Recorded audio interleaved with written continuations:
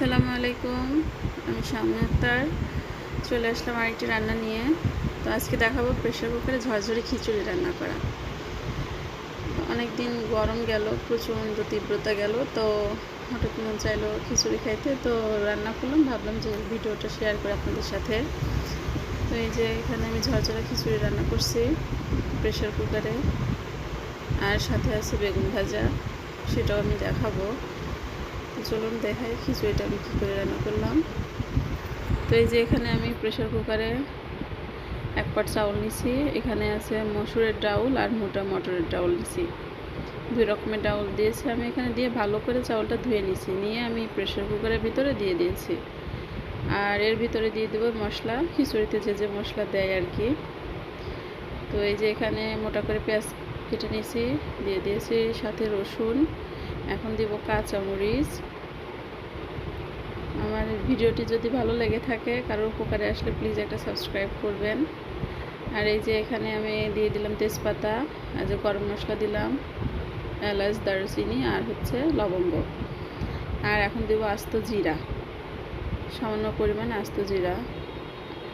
আমার ভিডিও যারা দেখেন তারা এর আগেও দেখছেন যে আমি আস্ত জিরা ইউজ করি মাংসে, খিচুড়িতে, তারপরে ছোট মাছে, ভালো লাগে খেতে। তো এখানে দিয়ে দিলাম হলুদের গুঁড়া পরিমাণ মতো, দিয়ে দিলাম সামান্য পরিমাণে ধনিয়া গুঁড়া, স্বাদ মতো লবণ। আর এখন দিব হচ্ছে তেল, দিয়ে আমি এটাকে ভালো করে এখন মিশিয়ে নিব। যার যেটা ইচ্ছা, চাইলে কষিয়েও নিতে পারেন চুলাতে। আমি কষিয়ে নেব না, আমি এটা মিশিয়ে নেব, ভালো করে এটা মেখে নিব। হাত দিয়েও মেখে নিতে পারেন। তো ভিডিও করতে একটু অসুবিধা হচ্ছে, যার কারণে আমি খুন্তিটা দিয়ে ভালো করে নেড়ে নিচ্ছি। তো এটা মেশানো হয়ে গেলে এর মধ্যে আমি পানি দিয়ে দিব। পানি দিয়ে আমি চুলাটা ধরিয়ে দিব।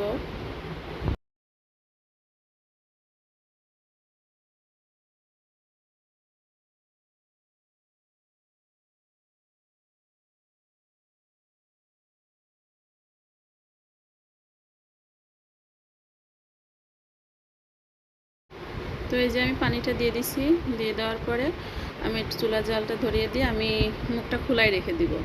ঢাকনা দিয়ে দিলে হবে কি, শীষ উঠলে সমস্ত তেল বের হয়ে যাবে, এই কারণে আমি আর ঢাকনা দিব না। তো আমি এই যে এই পাশে এদিকে আমি বেগুন ভাজাটা রেডি করে নিচ্ছি।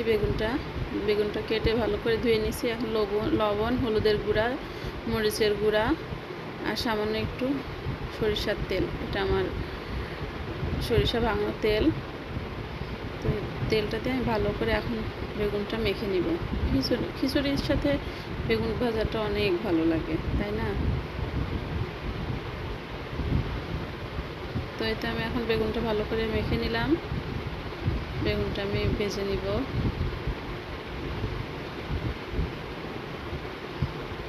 আর এই যে এরই ফাঁকে এখন ওই যে খিচুড়িতে বলক উঠে আসছে। তো এইভাবে ঢেকে দিলে হয়তো কি শীষটা উঠতো, কিন্তু সাথে সাথে তেলটা বের হয়ে যেত, এই কারণে আমি খিচুড়িটা কখনোই ঢেকে দিয়ে রান্না করি না। তো এই যে আমি পাটায় নিয়ে নিছি আদা, জিরা আর গরম মশলা, এলাচের 2টা ফল নিয়ে আমি শিলপাটায় ভালো করে বেটে নিব, মিহি করে একটা পেস্ট করে নিব। আর এই যে খিচুড়িটাও প্রায় ঘন হয়ে আসছে, ঝোলটা শুকায় আসছে। এখন আমি সেই বাটাটা দিয়ে দিলাম। বাটাটা দিয়ে আদা, জিরা আর 2টা এলাচ ফল বেটে আমি যে খিচুড়ির মধ্যে দিয়ে দিয়েছি। এই যে পানিটা শুকায় আসছে। এখন আমি লবণটা চেক করে নিব, সাথে দিয়ে দেব লবণটা ঠিক করে, আমি সাথে দিয়ে দেব আমার বাসায় করা গাওয়া ঘিটার ভিডিও কিন্তু কিছুদিনের আগে আমি ইউটিউবে আপলোড করছি। আপনারা চাইলে আমার আইডিতে গিয়ে দেখে আসতে পারেন। তো এই যে আমি এখন যেহেতু পানি শুকায় আসছে, এখন আমি মুখটা ঢাকনাটা লাগিয়ে প্রেসার কুকারে এখন 2টা শীষ দিয়ে নিব। 2টা শীষ দিয়ে নিলে দিয়ে দমে রাখছিলাম।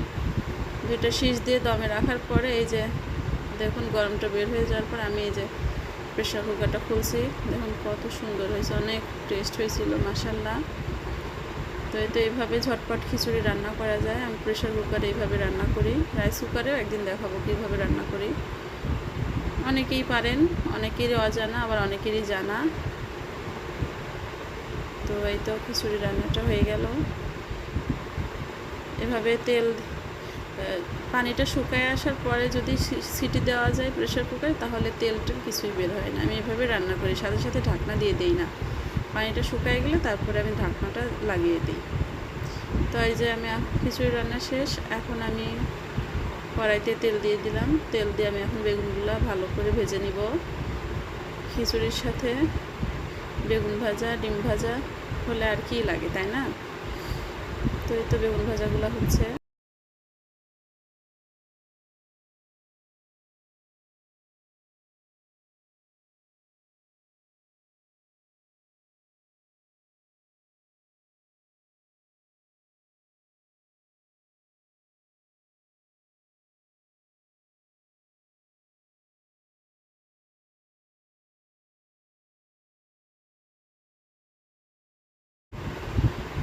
তো এই তো আমার বেগুনগুলো পিট পিট করে ভেজে নিয়েছি।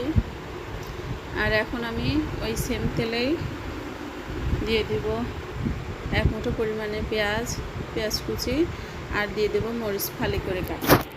দিয়ে আমি পেঁয়াজ আর মরিচটাকে ভালো করে ভেজে নিব। ভালো করে ভাজা হয়ে গেলে এর মধ্যে আমি দিয়ে দিব বেগুন দিয়ে নাড়াচাড়া করে আমি এটা নামিয়ে নেব। তো আমার চ্যানেলের ভিডিওগুলি যদি আপনাদের ভালো লেগে থাকে, বাসায় ট্রাই করবেন। কেমন লাগলো কমেন্টে জানাবেন, আর দোয়া করবেন যেন আমার চ্যানেলটিকে আমি আরও অনেক দূরে গিয়ে নিয়ে যেতে পারি। কন্টিনিউ ভিডিও দিতে পারি না জন্যে চ্যানেলের রিচটা কমে গেছে। আশা করছি এখন থেকে ট্রাই করব দেওয়ার, কষ্ট হলেও দিব। সংসারের কাজের অনেক চাপ থাকে, তো এই কারণে দেওয়া হয় না। তো সবাই অনেক ভালো থাকবেন, সুস্থ থাকবেন। এই যে দেখুন বেগুন ভাজাটা হয়ে গিয়েছে, আর হচ্ছে আছে সাথে খিচুড়ি আছে, এক রকমের ভর্তা, বেগুন ভাজা আর হচ্ছে আলু দিয়ে একটা ভর্তা করছি, সেটাও দেখাচ্ছে আপনাদেরকে। যে দেখুন খিচুড়িটা কত ঝরঝর হয়েছে। আমার ভিডিও করতে করতে আমার মোবাইলের চার্জ ছিল না, ব্যাটারি ডাউন হওয়ার কারণে এই যে আমার মোবাইলের লাইট অফ হয়ে গেছে। কালারটা বোঝা যাচ্ছে না, অনেক সুন্দর কালার আসছিল। তো এই যে খিচুড়ির সাথে নিয়ে নিলাম ভর্তা, একটা পেঁয়াজ ভালো করে কাটা, আর এই যে বেগুন ভাজা। তো আজকে এই পর্যন্তই। আল্লাহ হাফেজ।